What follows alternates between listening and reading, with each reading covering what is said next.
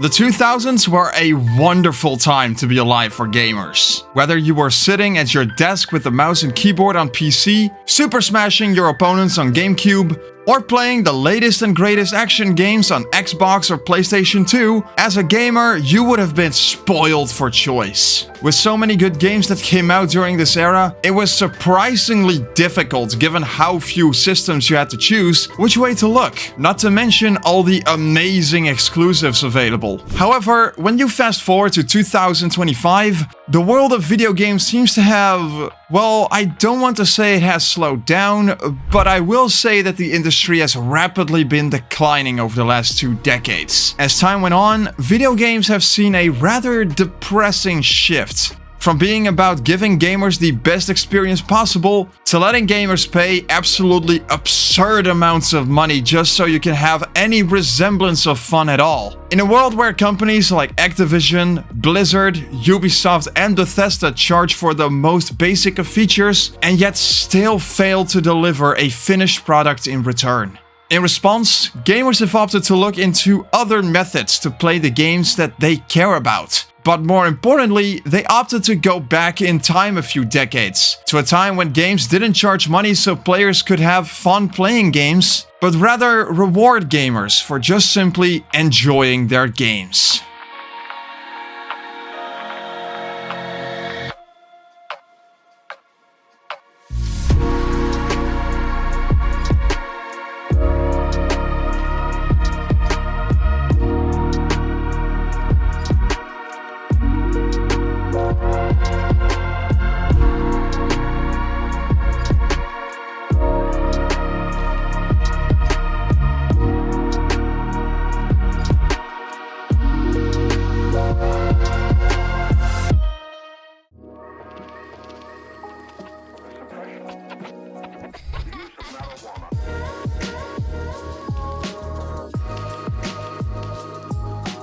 In order to properly understand what I'm talking about, we gotta go back a few decades to the 1990s and early 2000s. After video games made a massive comeback in 1985 thanks to the NES, they would only get better and better with the following generations. The NES was a great console that marked the revival of video games altogether after the devastating crash the industry endured in 1983. But video games were really starting to prove what they could be when the SNES came around, making games look and play way better than they ever have before. And that exact event would repeat itself for the next generation of gaming too, with the GameCube, original Xbox, and PlayStation 2. Of course, I cannot forget to mention the original PlayStation as one of the big players of the time alongside Nintendo 64, blowing gamers away with its 3D graphics, full motion video, and most importantly, very fun games to play. It kind of goes without saying, but gamers were kind of spoiled for choice too with the games that were available. There were so many good games to buy, it was almost impossible to know which way to look, to keep up, or to even pick. It doesn't help that exclusives for these consoles did in fact exist, so gamers often had to pick which video games they preferred to play and pick their favorite game consoles based on those preferences. Be it the more child-friendly Nintendo consoles, the faster Sega consoles, or the more violent, darker PlayStation consoles. Not everybody had the option to buy games for every single console that was available at the time, so they often had to choose which console they got, and whichever console they got at the time, they were stuck with the games that release on that console alone. Some games have been ported over to other systems, but they were usually games that were made by third-party developers and not owned by Microsoft, Sony, or Nintendo. For example, id Software, the developers of the original Doom, have ported that original Doom to a wide variety of systems in the 1990s. And with that, I should say that it got ported to virtually every single platform imaginable at the time. So if you wanted to play Doom on the Super Nintendo or on the go on the Game Boy Advance, You could absolutely do that. But in the 90s, ports were not especially common, so you would still be stuck to the games especially developed for the platforms you got your games on. So you would probably be missing out on that one gem in particular that just doesn't exist on your particular platform. But the thing is, that wasn't really that big of a problem at the time, because there already were so many good games to pick up and play, meaning you would probably be very happy with the games that you would be playing regardless of the platform that you played on. It's definitely one major benefit to there being so many good games or even amazing games at your disposal that you just don't know which way to look. In the case of the 1990s and the early 2000s, it was a very good problem to have. At a rather rapid pace, video games were getting so much better than they ever have been.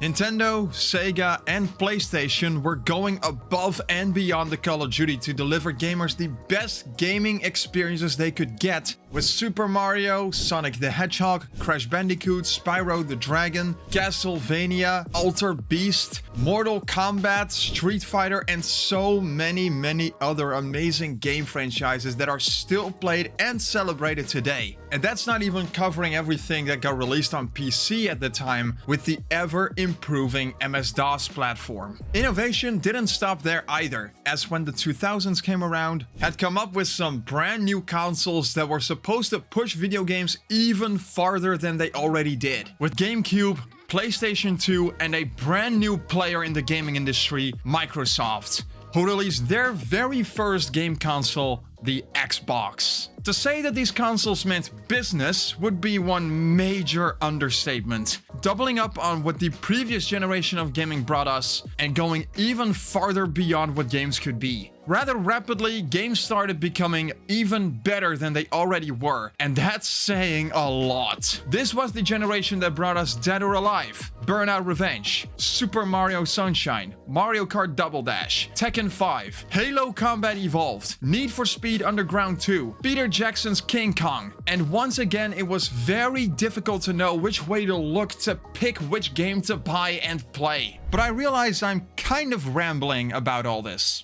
I think that if we want a better picture as to why games were better, we should take a much closer look at the games themselves and the experiences we got with them.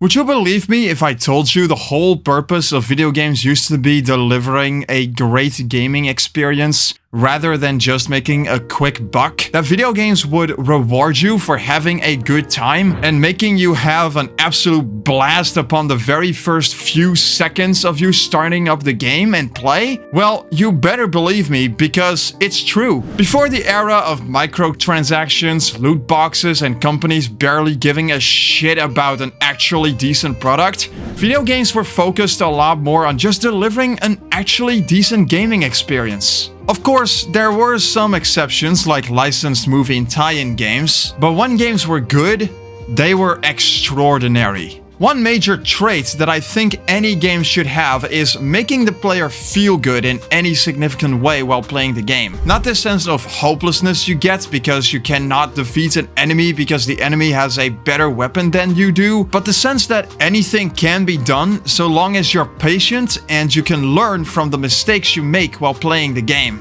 Back in the day, very few games ever felt like they were impossible to beat. And in fact, the vast majority of games were very possible to beat. Many of them just were not that easy. They were fair enough to the point where you feel like you can beat them with a lot of patience and a lot of trial and error. James Rolfe from Cinemassacre had even told his own story about how he beat Contra before breakfast one day and how excited he felt to finally beat it. How much time and work he put into beating it. It's a massive achievement that has made so many people around the world excited and hyped up. As made evident by Blue Scully, who beat the original NES version of Tetris last year. Another example is how the game should have everything it has to offer available to the player from the get-go, without needing to purchase anything for it. Of course, there have been several games on PC that did offer several expansion packs to make the games bigger and more fun to play. The Sims 2 and Roller Coaster Tycoon have several expansion packs you could buy for extra money. In Roller Coaster Tycoon, for example, they would add more park options or more roller coaster types to build, and in The Sims they could add pets, more furniture, and little things like that. However, both games were still perfectly playable and very fun to play if you just wanted to play the base game of them. You didn't need any sort of expansion packs or DLC, as it's known as nowadays, to add any basic functionality to the game that should just be there from the get-go. Next up, games should have a sense of reward. Whether it's unlocking a new level after you beat one, gaining boost for driving dangerously, some treasure you find after defeating a hard boss, possibly extra health for fighting secrets, and more importantly, have those rewards be baked into the games themselves from the get-go, rather than having to pay money to get it. But the most important thing that I think a game could have, a game must be fun to play. Part of the reason why these old games are still celebrated is for one very simple reason. So many of these classics are just plain fun. They were made by developers and published by companies who used to just simply care about a good polished product that played well, that made people feel amazing while playing, that gamers could pick up, start playing, and feel a massive wave of excitement come over them. All of these reasons are why so many gamers keep coming back to the classics these days, rather than playing the latest and greatest AAAs. It all comes down to the simple fact that games nowadays not only feel like their quality has gone downhill, but also because gamers are sick and tired of corporate greed ruining what could potentially be something amazing.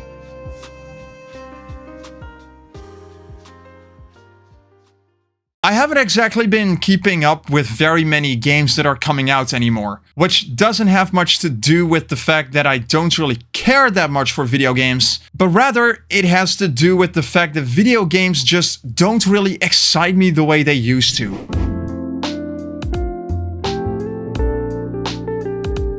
I don't mean to sound overly dramatic when I say that either, as it's very true. When I was a kid, video games were my main source of entertainment. As much as I loved watching cartoons on Jetix and Nickelodeon at the time, and watching Disney movies or Knight Rider with my family, I often found myself more drawn to things that I could actually interact with. So I ended up playing a fair few video games on my old and crusty PlayStation 1 and my ever so amazing Game Boy Advance SP. Still absolute peak in handheld gaming, by the way. At the time, the games that I played were all made with that exact same goal in mind of making video games as fun as they could be. Making money was, of course, always these companies' top priority, but at the same time, they always made sure that the product they delivered was one that gamers deserved. Sadly, that just did not last, as the state of the video game industry has been on a massive decline for several years, and it doesn't seem to get all that much better. Josh Scorcher made several videos documenting all the corrupt, horrible things that occur at the major companies, and how the toxic work culture of the industry has infected the actual products.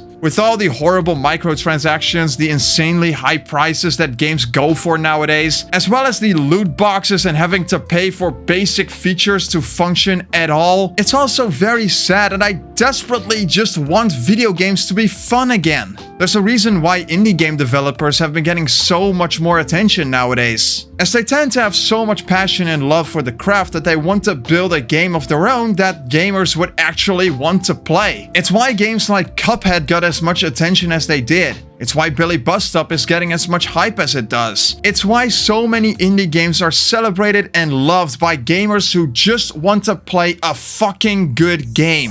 Sad thing is, indie developers are the exception and not the rule. As far as the big AAA companies are concerned, video games aren't an entertainment form anymore. It's become a business where the higher-ups, the very people who should care about video games, care far more about money than they do about quality products or their player base. As much as I wish it wasn't the case, this is sadly the state of video games today. AAA titles that are riddled with microtransactions and loot boxes, as well as game-breaking bugs and glitches because publishers just don't care about their games actually being fun or even playable. Seemingly the only thing that's keeping the industry alive anymore are indie developers who do show a love and passion for video games to the point where they just often take many years to develop. Needless to say, their hard work definitely does not go unnoticed by gamers. The beautiful thing is also that with all the bullshit that big AAA companies have been pulling for nearly 2 decades now, and all the horrible working environments that developers find themselves in,